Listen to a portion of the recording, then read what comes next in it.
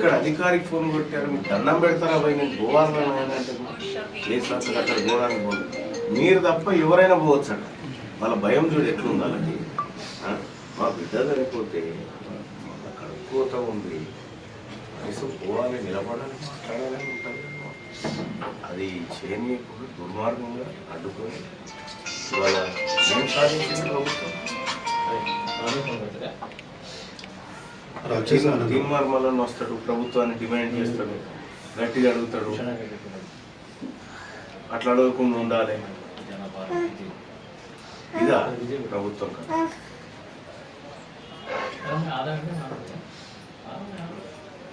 చాలా ప్రయత్నం చేసినాం కానీ ఇంకా చాలా వాళ్ళేదో వాళ్ళ ఇంట్లో మనిషి చచ్చిపోయినట్టుగా పోలీసు వాళ్ళు తిరుగుడేమో నాకు అర్థం కాదు.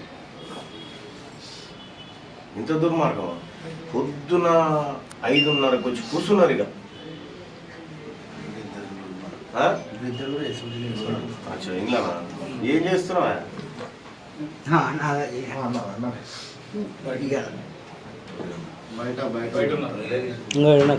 కడప కాడు దుర్మార్గంగా ఏంటి వాళ్ళ పనులు చేసుకుంటున్నారు.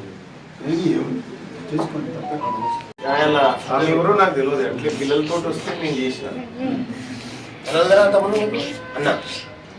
అన్న మాకు మంచిగా సహాయం చేసిండు అన్న. నేను వెళ్ళంగానే నా పిల్లల్ని చూసి మాకు మంచిగానే సహాయం చేసి మమ్మల్ని అన్ని చేసి మమ్మల్ని ఇంటికి పంపించిండు అన్న.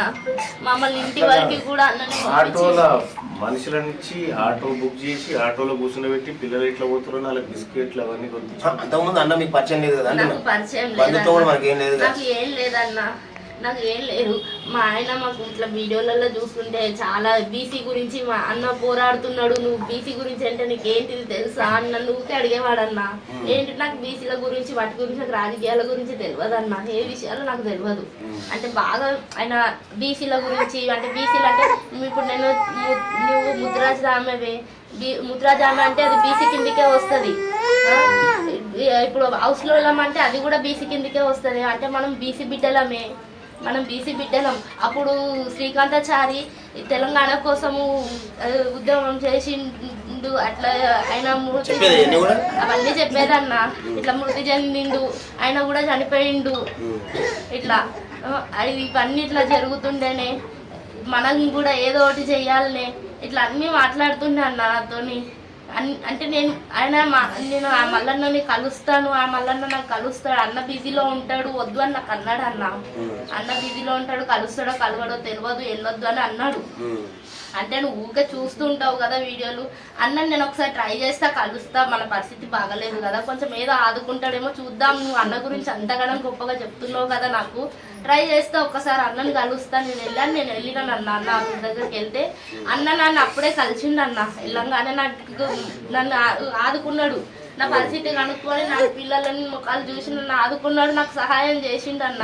నా పరిస్థితి బాగాలేదన్న, నేను ఇంటి కిరాయిలు కట్టుకొని మా ఆయన ఎప్పటికీ నడుములో నొప్పితో పనికి వెళ్ళలేక ఇంట్లో పండుకొని చాలా అవస్థ పడుతుంటే అన్న మా ఆయనతో కూడా ఫోన్లో మాట్లాడి ఆయనను అడిగి ఆయనతో అన్ని కనుక్కొని మా అన్న మాకు సహాయం చేసి మాకు చెప్పి పంపించిండు అన్న. చాలా మంచి పని చేసిండు అన్న. అన్న నన్ను కలిసిండు, మా ఆయనను కలవలేదు ఇప్పటి వరకు అన్న.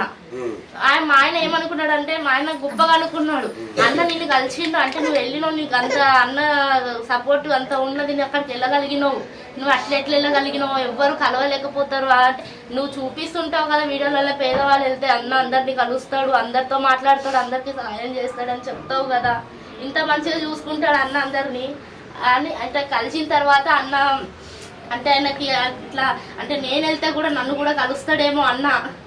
నాకు కూడా నేను బీసీల గురించి చాలా ఇది చేసేటోడు అన్న. ఆయన బీసీల గురించి మాట్లాడడం అంటే నాకు అంతకు ముందు నుంచి బీసీల గురించి 4-5 నెలల నుంచి బీసీల గురించి అన్న పోరాడడం చేయడము, అంటే మన గురించి పోరాడుతున్నాడే బీసీ బిడ్డల గురించి అని చెప్పుకునేవాడు అన్ని టీవీలలో, న్యూస్లలో, వీటిలలో. అంటే బీసీలు అంటే ఉట్టి అన్న గురించి అనే కాదు, అన్న అంటే అభిమానం నాకు, అన్న మీద అభిమానం, నాకు చాలా అభిమానం. అన్న అంటే ఒక ప్రేమ అభిమానం ఉంది నాకు అన్నం మీద చాలా. కానీ బీసీ బిడ్డల గురించి ఇప్పుడు అన్న పోరాటం చేస్తున్నాడే, ఇప్పటి నుంచే కాదు ఎప్పటి నుంచో నాకు అన్న అంటే అభిమానం. కానీ ఎప్పుడు కలవలేను, నేను ఇప్పటి వరకు ఎప్పుడు కలుసుకోలేకపోయినాను అన్నని. నాకు బీసీ బిడ్డల గురించి ఇట్లా చెప్తుంటే నాకు చూసి ఎవ్వరు ముందుకు రావట్లేదు. చాలా మంది బీసీలు కూడా అంటన్నా, ఎవ్వరు కూడా ముందుకు వస్తలేరు అంటన్నా. ఇవి కూడా నాకు చెప్పేవాడు అన్న, ఎవ్వరు ఇట్లా పోరాటం చేయడానికి, అందరూ ఏదో డబ్బుల గురించి దాని గురించి దీని గురించి బీసీ వాళ్ళు కొంతమంది ఇది అయిపోతున్నారు అని చెప్తుండే. కాదే అట్లా జరగదు. ఇప్పుడు శ్రీకాంతాచారి ఎట్లా చేసిండో అట్లా జరిగితే మన బీసీ కూడా ముందుకు వస్తుంది అని నాతో అనేవాడు అన్న మాట. నాతో అనేవాడు కానీ ఇంత పని చేస్తాడు అనుకోలే అన్న, నేను ఇంత పని చేసి పోతాడని నేను అనుకోలే అన్న మాట. ఆయన ఆ మాట ఆయన మనసులో నిన్న వరకు శ్రీకాంతాచార్య ఈ రోజు నుంచి అంటే చారీలు చాలా మంది చారీ అంటే చారీలోనే కాదు అడిగిండు, అన్న వచ్చినాక అన్న కూడా అడిగింది. అన్నని చూడలేదు అన్న ఒక బాధ ఆయనకు ఉన్నదన్న, కలవలేకపోయిండు అన్న దగ్గర నేను గాంధీ హాస్పిటల్ లోపల పోగానే మళ్ళా వచ్చినావా అన్న అని చెప్పి నన్ను చూసాను. ఎందుకు చేసినావు ఇట్లా తమ్ముడు అని చెప్పి నేను బాగా బాధపడితే ఏం చేయాలన్నా మన బీసీలు ఎన్ని రోజులు కొట్లాడాలన్నా ఇంకా అని చెప్పి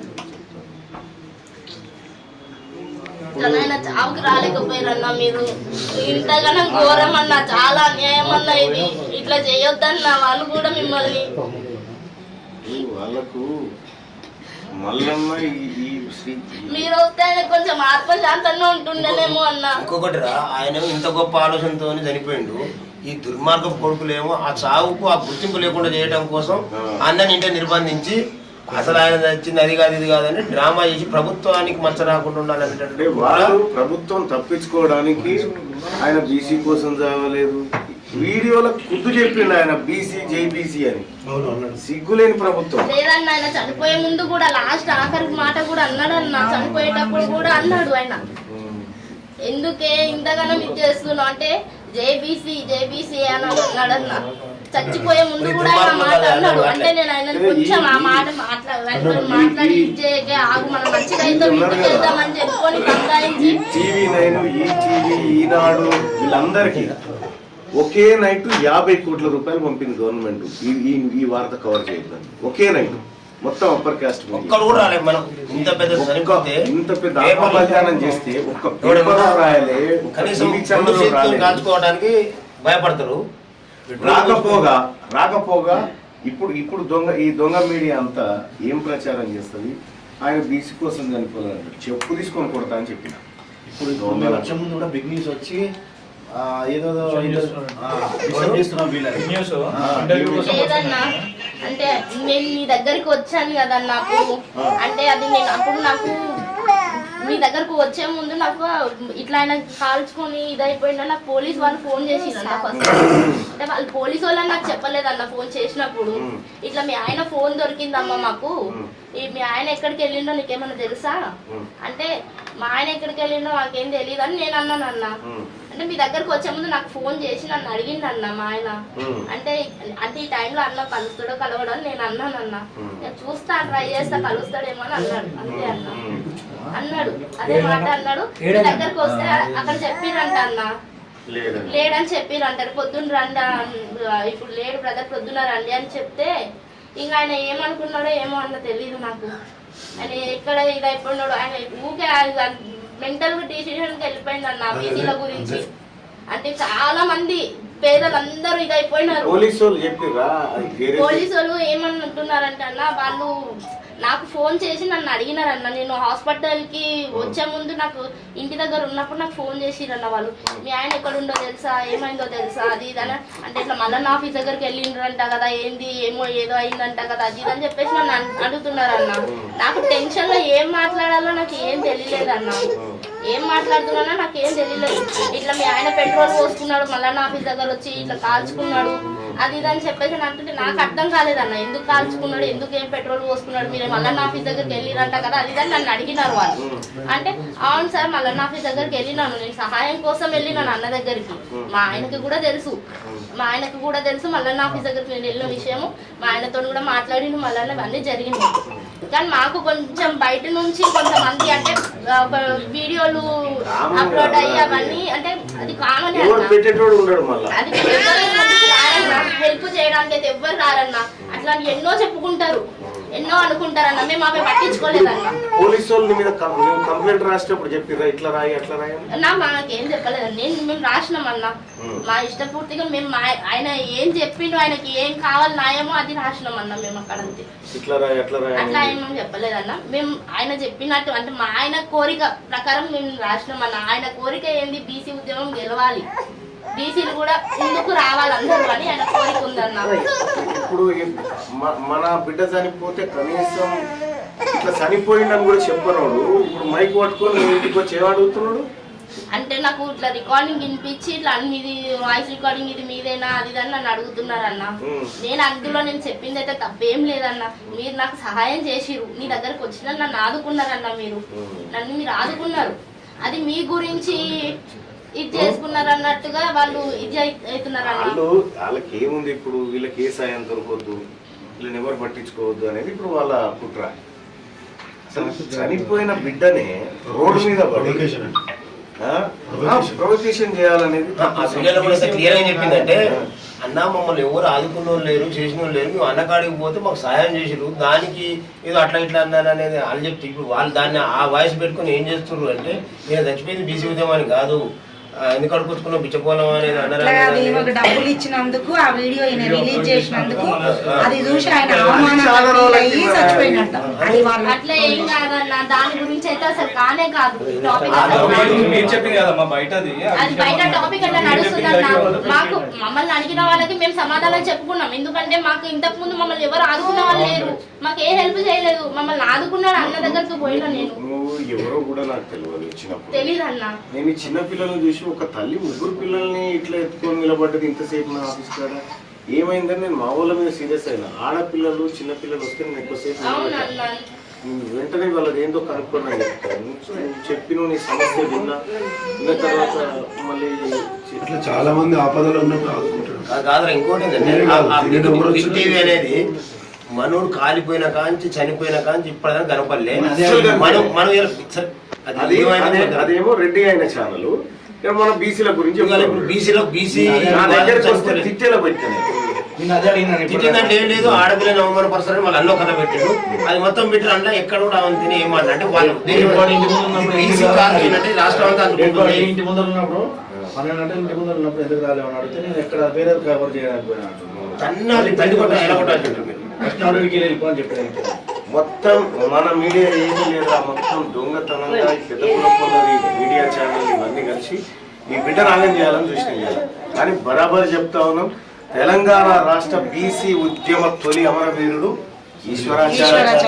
ఈశ్వరాచారి తెలంగాణ రాజ్యాధికార పార్టీ. మా నాయకత్వం, రాష్ట్ర నాయకత్వం అంతా ఇక్కడే ఉంది. నేను చెప్తా ఉన్నా చెల్లె, నీకు నా సొంత చెల్లె ఎట్లనో అట్లా చూసుకుంటా, నువ్వు ఏం కంగారు పడక చెల్లె. ఈ బిడ్డలు ఉన్నారు, ఇప్పుడే మేము అందరం నాయకులం అనుకున్నాం. ఈ బిడ్డకు ఆ బిడ్డకు తలా 5 లక్షల చొప్పున డిపాజిట్ చేయబోతా ఉన్నాం. అలాగే ప్రభుత్వంతో కొట్లాడి ఎట్టి పరిస్థితిలో నీకు ఇల్లు ఇప్పించేటువంటి ప్రయత్నం. మనసు అందరూ వచ్చారు కదా, వాళ్ళు నిలదీశాను నేను. మీ పాటల 1500 కోట్ల రూపాయలు ఉన్నాయి, వాళ్ళకి తీసేయాలంటే ఎమ్మడే రేపు కేటీఆర్ తో మాట్లాడి అక్కడి నుంచి కూడా స్టార్ట్ చేసి గట్టిగా మాట్లాడారు. ఇంకా ఈ కుటుంబానికి ఇంకా చాలా మంది సాయం చేస్తారు, అందరితో చేపిస్తా.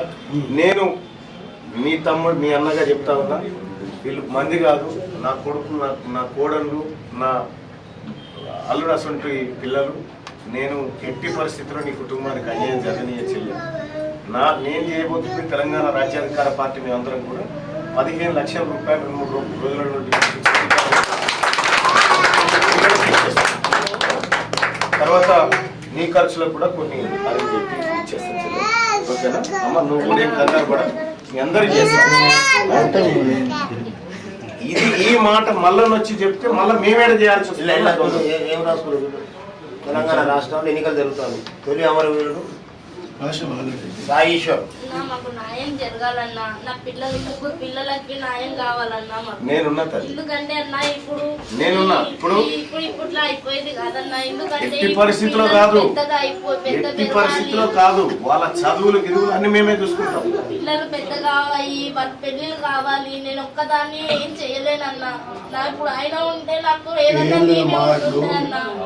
నాకు ఇల్లు లేదు, నాకు ఏదన్నా ఉంటే ఇల్లు కావాలి. నేను బాధ్యత గల నాయకుడిగా నాకు మీరు ఎవరో తెలియనప్పుడే నేను సాయం చేసి పంపినాను. అటువంటి గుణం ఉన్నటువంటి ఇవాళ ఈ ఇంటికి వచ్చి ఇక్కడ కూర్చొని ఆ పిల్లల భవిష్యత్తు ఎక్కడ కూడా ఇబ్బంది కావద్దని చెప్పి పార్టీ తరఫున 15 లక్షల రూపాయలు ఆ పిల్లల పేరు మీద ఫిక్స్డ్ డిపాజిట్లు చేసి, ఆ తర్వాత నీవు బ్రతకడం కోసం, నీకో ఉద్యోగం కోసం, ఈ తల్లిని ఆదుకోవడం కోసం కూడా తప్పకుండా మేము సాయం చేస్తాం. ఏమీ వదిలిపెట్టాం. ఈ అన్న ఒకసారి మాట ఇస్తే ఆ మాట ప్రకారం కూడా అన్ని వదిలిపెట్టుకొని జాతర కోసమే పనిచేస్తుంది కదా. నువ్వు ఎవరు తెలియని రోజు నువ్వు ఆఫీస్కు ఆడపిల్ల 3 పిల్లలు వేసుకొని వస్తేనే నీకు ఆ రోజు స్పందించిండు. ఇవాళ మేము ఏమంటున్నాం అంటే వాళ్ళు బీసీల కోసం చనిపోలేదని వాళ్ళు 100 దొంగ మాటలు మాట్లాడినా ఇవాళ మేము ఏమంటున్నాం అంటే మా జాతి కోసం 2.5 కోట్ల ప్రజల కోసం ప్రాణదానం త్యాగం చేసినటువంటి కుటుంబంగా, ఆ కుటుంబానికి సంబంధించిన బిడ్డలుగా మిమ్మల్ని గౌరవించుకుంటాం. ఈ కుటుంబానికి రేపు అసలైన గుర్తింపు రావాలి, వస్తుంది. ఈ కుటుంబ ఆడబిడ్డగా మీకు ఖచ్చితంగా గుర్తింపు రావాలి.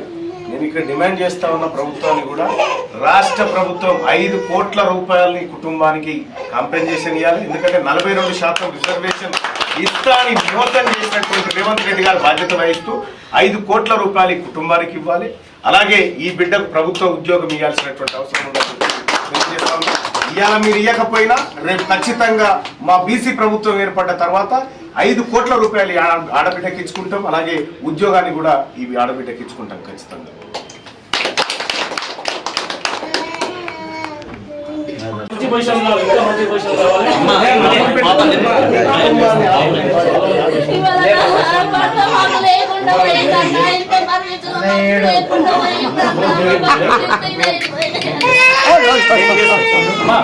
అన్న ఇచ్చిన దగ్గర కవిత వచ్చింది, వాడు వచ్చింది, వీడు వచ్చింది, ఎవ్వడు ఇయ్యలే.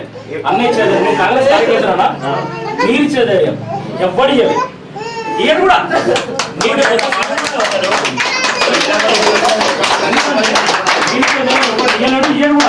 ఇయ్యడు, ఎవడు ఇయ్యడు. మంచి స్థానం ఇచ్చాడు అన్న. 5 లక్షలు అంటే ఆశామాషి విషయం కాదు. 100 కోట్లు 1000 కోట్లు ధైర్యం సరిపోదు.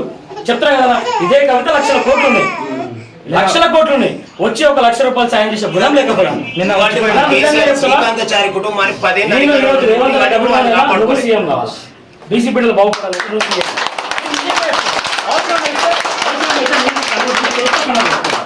నీ చేతితో నీకు కండవ కప్పుడు ఎందుకు తెలుసా? బీసీ బిడ్డలకు న్యాయం జరగాలన్నప్పుడు మీలాంటిలే కావాలన్నా. నీవు జెండా ప్రచారాలు చేస్తారు, బ్లాక్ మెయిల్ అంటారు, ఆ మెయిల్ అంటారు, ఈ మెయిల్ అంటారు. నేను రాజకీయాల 18 సంవత్సరాల నుంచి ఉన్నా కానీ ఇట్లా వచ్చి ఒక్క మొగోడు ఇగో బిడ్డ నీ పేరు మీద 5 లక్షలు ఇస్తాను మొగోడు లేడు. లక్ష రూపాయలు అరే లక్షల కోట్లు. ఆ ఒక్క కేసీఆర్ కుటుంబం కానీ ఈరోజు రేవంత్ అన్న కుటుంబం కానీ సరే, ఈరోజు రేవంత్ అన్న వచ్చి 2 సంవత్సరాలు ఉండొచ్చు. ఆయన తలుచుకుంటే పెద్ద విషయం కాదు. ఈ కుటుంబానికి డబుల్ బెడ్రూమ్ ఇవ్వడం కానీ, ఈ పిల్లల బాధ్యతలు తీసుకోవడం కానీ పెద్ద విషయం కాదు. మల్లన్న అనే వ్యక్తి ఒక సాధారణమైన వ్యక్తి, నాకు అనుభవం ఉన్నది వారికి చెప్తున్నాను. కాంగ్రెస్ కార్యకర్తగా చెప్తున్నా. అవసరం అయితే రేపు పొద్దున నాకు ఇవన్నీ అవసరం లేదు. ఒక బీసీ బిడ్డగా చెప్తున్నా, ఆయన సీఎం కావాలి. ఈ బిడ్డలకు నువ్వు చేస్తాను న్యాయమైన 100% న్యాయమైన మంచి పొజిషన్లో రావాలి. అంతకన్నా మంచి పొజిషన్లో వచ్చి మన బీసీ బిడ్డలకు న్యాయం జరగాలి. సరే మేము బతుకున్నాం, కార్యకర్తలు చేసుకుంటాం, ఎవరి మీద ఆధారపడం అవసరమే లేదు. కానీ ఈ బిడ్డలకు న్యాయం చేసి ఇక 10 లక్షలు అంటే ఆ సమస్య విషయం కాదన్న, నాకు తెలుసు. 15 లక్షలే కాదు, అన్న ఏ స్థాయి ఈ చిన్న స్థాయి ఉంటేనే ఇట్లా ఆలోచిస్తున్నాంటే రేపు పొద్దున ఇంకా పెద్ద స్థాయి ఉంటే గవర్నమెంట్ తెగింపిస్తాను నువ్వు పోయాను కూర్చోపో అంటే ఖచ్చితంగా మనం అధికారంలో నేను చెప్తున్నా కదన్నా. నేను కాంగ్రెస్ కార్యకర్త, శ్రీశైలం అని అభిమాని, శ్రీశైలం కేవలం శ్రీశైలం కూడా నా అభిమాని. ఇంకా రేవంత్ అన్నతో మేము టీడీపీలో తిరిగినాం. కానీ ఈ 2 రోజులు జరుగుతున్న పరిణామాలు చూస్తుంటే మాకు చాలా బాధ అనిపించింది. నేను గాంధీ హాస్పిటల్ చెప్తున్నాను, ఈ మాడిన తర్వాత మీరు వీడియో వైరల్ చేస్తారు, దీని తర్వాత నా పరిస్థితి ఎంతో నాకు తెలుసు. రేపు పొద్దున నా పరిస్థితి నాకు అర్థమవుతుంది. కానీ ఎప్పుడైతే ఈ వ్యక్తి చనిపోయిన తర్వాత డే 1 నుంచి కూడా, అంటే ఆ జరిగిన క్షణం నుంచి కూడా మల్లన్న మనుషులు తప్పిస్తే నా కొడుకు లేడు. సరే ఈ రోజు ఈ సేవ ముంగడ పెట్టిన తర్వాత వాడొచ్చిండు ఈడొచ్చిండు ఆ గవర్నమెంట్ అన్నా నాకు ఒక విషయం తెలుస్తాను, నేను కూడా చెప్తాను కదా 18 సంవత్సరాల నుంచి ఎంతసేపు గవర్నమెంట్తో మాట్లాడి ₹1 2 కోట్లు అంటాడు. అది దిగిరాని విషయం, అది కాని విషయం. దమ్ము నమ్మగోడు నేను ఈ ఇంటి పేరు మీద ఈ పిల్లలకి ₹1,00,000 ఇస్తాను మగోడు. ఆ మగోడు ఎవడంటే మళ్ళీ నా శ్రీశైలం అన్నైతే మనం దూరం పెట్టు, పార్టీ దూరం పెడతా. నాకు నేను కార్పొరేట్ ఏదే లేదు, ఎమ్మెల్యే ఏదే లేదు, నా శ్రీశైలం అన్న ఎమ్మెల్యే అయితే చాలు, నా అన్నతో నాకు సంబంధం. కానీ ఇట్లాంటి బీసీ బిడ్డ సీఎం అయితే అందరూ బాగుంటారు. ఎందుకు అంటే నేను ఒకటే నేను చెప్తాను, నా రాజకీయ భవిష్యత్తు ఖరాబ్ అయినా పర్లేదు,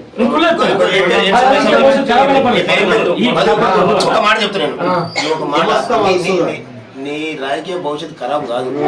లేదన్నా నాకు అవసరం లేదు, హామీ ఇచ్చాడు అన్న. చాలా ఒక మాట చెప్తున్నాను, ఆమె ఒక్క నిమిషం మధు, నువ్వు చెప్పిన దానికి నేను చెప్పాలి. ఎవరో తెలియకుండా ఆ ఇంటికి పోతే ₹20,000 సాయం చేసి ఈ రోజుల ఇవాళ నాకు తెలుసు నా ఇంట్లో మనిషి చనిపోయినా ఇంతకంటే ఎక్కువ బాధపడతాను. చాలా కుటుంబం, నీ కుటుంబం చెల్లె నా కుటుంబం కంటే మంచిగా ఉండాలి చెల్లి. నా కుటుంబం కంటే నీ కుటుంబం బాగుండాలి చెల్లి. దానికోసం తప్పకుండా ఏ చిన్న కష్టం వచ్చినా ఈ అన్న ఉన్నాడు రా చెల్లె, నేను చూసుకుంటా. ఏ కష్టం వచ్చినా అంతేగా. అయితే ఇప్పుడు ఉండడానికి ఒక ఇల్లు కావాలన్నా, నాకు ఇప్పుడు ఇల్లు లేదు. చేద్దామమ్మా, దానికోసం నేను గవర్నమెంట్ ఒక లెటర్ రాస్తాను. లెటర్ రాసి తప్పకుండా డబుల్ బెడ్రూమ్ బిల్డింగ్ అని చెప్పి చెప్తాను. సో నేను పిల్లల భవిష్యత్తుకు అంటే మీకు ఇప్పుడు ఎన్ని రోజులు ఇంకా కార్యక్రమం 10 daysకి వీళ్ళంతా కొండ కొట్టించుకొని ఆ కార్యక్రమం నెక్స్ట్ డే చేయాలి. ఒక్క 2 రోజులలో చూడండి. అయ్యో అన్నా, నేను ఇంతమంది శోభన ఉన్నాడు నా ఇంత ఏమని చూడేస్తున్నా. కవిత వచ్చింది, ₹1,00,000 ఉన్నాయి, ₹10 కదా మధుసూదన్ చదివి వచ్చింది, బీసీ బిడ్డనే. కానీ ఆయన తలుచుకుంటే ఇగో బిడ్డ ₹1,00,000 చేతిలో పెడతాను న్యాయం చేసి. ఇంకా సో బీసీ సోకాల్ లీడర్లు అందరూ వచ్చారు. ఎవరు కూడా అలాంటి పేర్లు చెప్ప, ఎవరు కూడా ఇగో బిడ్డని చేతిలో పెట్టుకో తర్వాత ఎంతసేపు గవర్నమెంట్ తో మడలు వచ్చుతాం తొడగలుస్తాం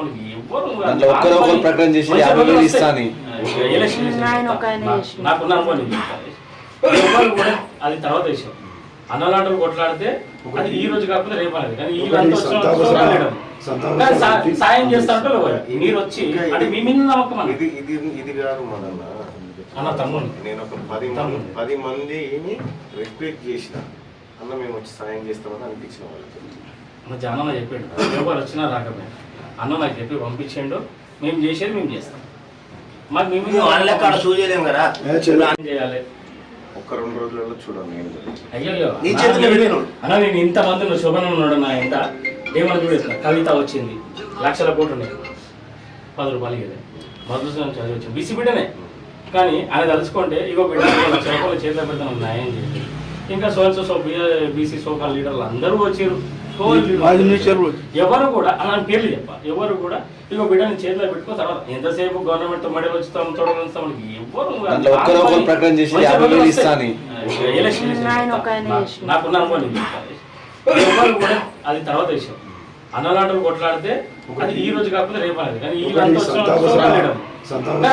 సాయం చేస్తారంటే మీరు వచ్చి అంటే మీ మీద నమ్మకం ఇది కాదు మన అన్న తమ్ముడు. నేను ఒక 10 మందిని రిక్వెస్ట్ చేసిన అన్న మేము వచ్చి సాయం చేస్తామని అనిపించిన వాళ్ళకి అన్న జానన్న చెప్పాడు, ఎవరు వచ్చినా రాకపోయినా అన్న నాకు చెప్పి పంపించండు, మేము చేసేది మేము చేస్తాం. మాకు మేము వాళ్ళ షూ చేయలేము కదా. అది మరి వాళ్ళు ఎవరున్నారో కొద్దిగా సాయం చేయించండి అన్న. ఈ ఎవరికి మన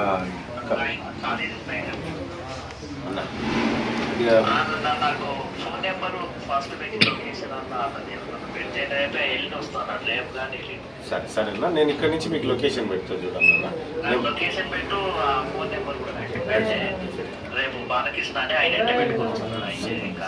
సరే సరే అన్న, ఇప్పుడే ఇక్కడే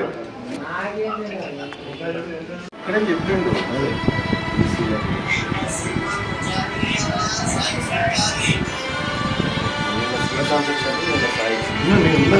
అదే మాట